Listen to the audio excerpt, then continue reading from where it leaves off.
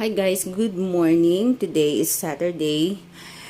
May another tip na naman po ako sa inyo.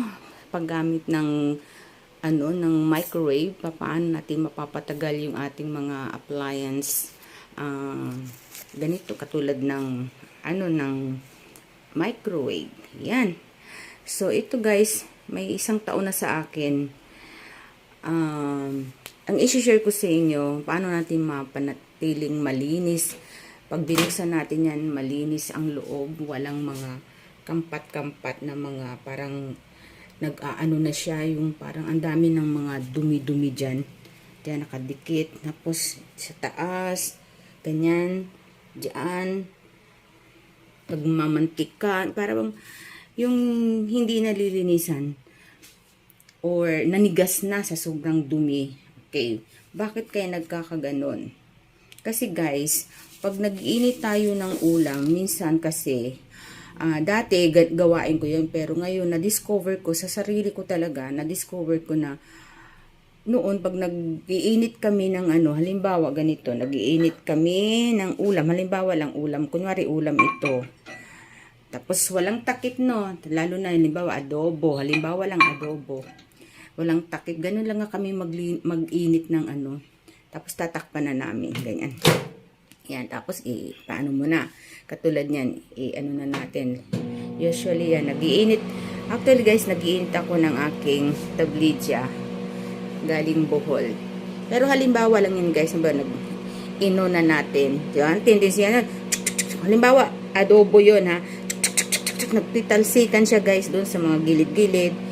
Tapos usually, hindi naman natin talaga yan, minsan nalilinisan natin, pero sa palaging pa ulit-ulit na ginagawa, yung ganun, talaga nagdudumi siya, tapos kinakalawang na, kasi syempre yung mga mantika dyan, ang hirap kayang linisin, kasi may nakasiksik na mga mantika doon na tumalsik na, yan doon sa mga butas na yan, yung butas-butas na yan, kung makikita nyo, napupunta doon yung mga mantika na tumalsik o kahit ng mga katulad doon din pumupunta yung mga sa butas na yun, natatalsikan din yan. So yan ang nagkukos ng dumi at maaring makakasira ng ating mga appliance, diba? Tulad dito.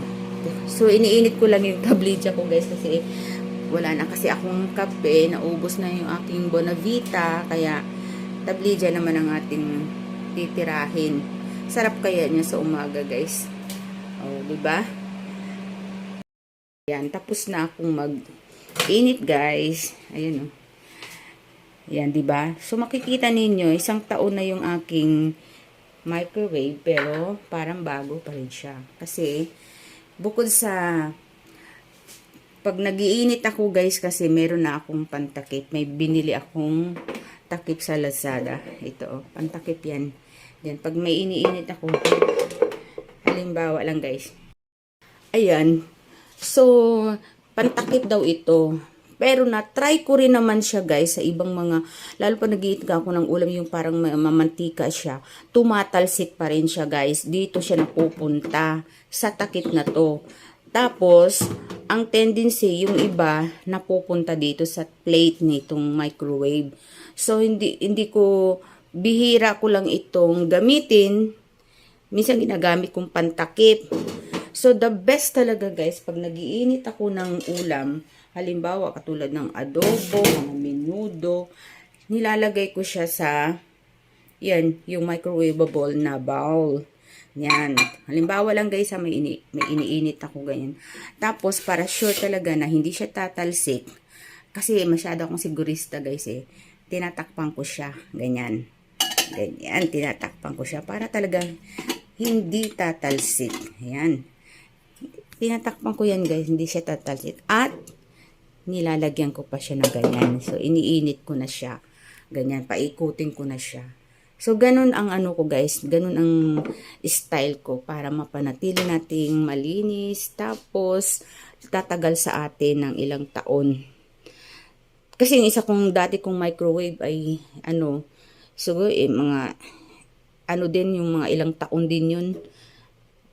American, yun American. Ang tatak nun, American kasi ito, Whirlpool. American, ano ba yun? Nakalimutan ko, basta American siya. So, wala na. Ano, buhay pa hanggang ngayon, binigay ko sa kapatid ko. Pero grabe guys, grabe yung dumi. Hindi mo na talaga makuskus. Sobrang dumi talaga, ng gigitata na talaga dyan, ng ngingitim, ganun.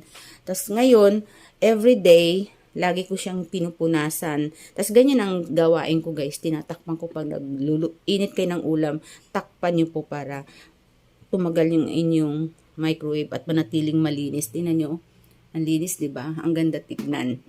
Tapos ito din, bumili rin kayo ng ganyan kung gusto nyo. Kung hindi naman, okay lang. Okay lang man din kung wala kasi na-discover ko din na hindi rin siya effective kasi tumatalsik naman. Ito naman ang nadudumihan. So ito naman, mayroon mang mga iniinit na hindi tumatalsik. Tinatakpan ko nito. Bumabaho kaya kailangan din nating linisin ito everyday. Para hindi din dumikit yung amoy niya dyan. Yan, di ba? Minsan nagiinit ako dyan ng mga tuyo, ganyan.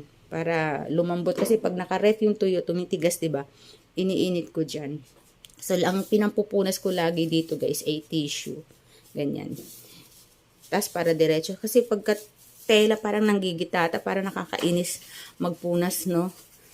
Tapos lalabhan mo pa. Ito, diretso, tapon mo na. Yun, lagi nating lilinisin. Lagi nating lilinisin yung ating microwave. Pupunasan natin yan kasi syempre, nasa kusina yan guys. Ang tendency niyan na yung niluluto natin guys napupunta dito. Nag-aano din yan siya ng oil, nagpuproduce ng dumidikit yung parang mga langis-langis sa mga piniprito natin. Ayan, pinupunasan ko siya lagi. Kaya, ay nako, mukhang bago pa rin yung aking microwave guys. Ayan o. O diba? Ganyan lang ang tip ko sa inyo guys. So, yun lang. Thank you so much for watching guys. Ayan, inom na tayo ng ating tablidya. Ito yung tablidya ko guys. Mainit na guys.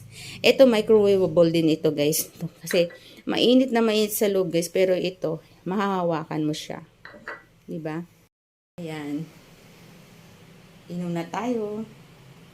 Pampainit ng ating sikmura. Ang init. Init. So, kagabi ko to ginawa guys. Itong tablidya.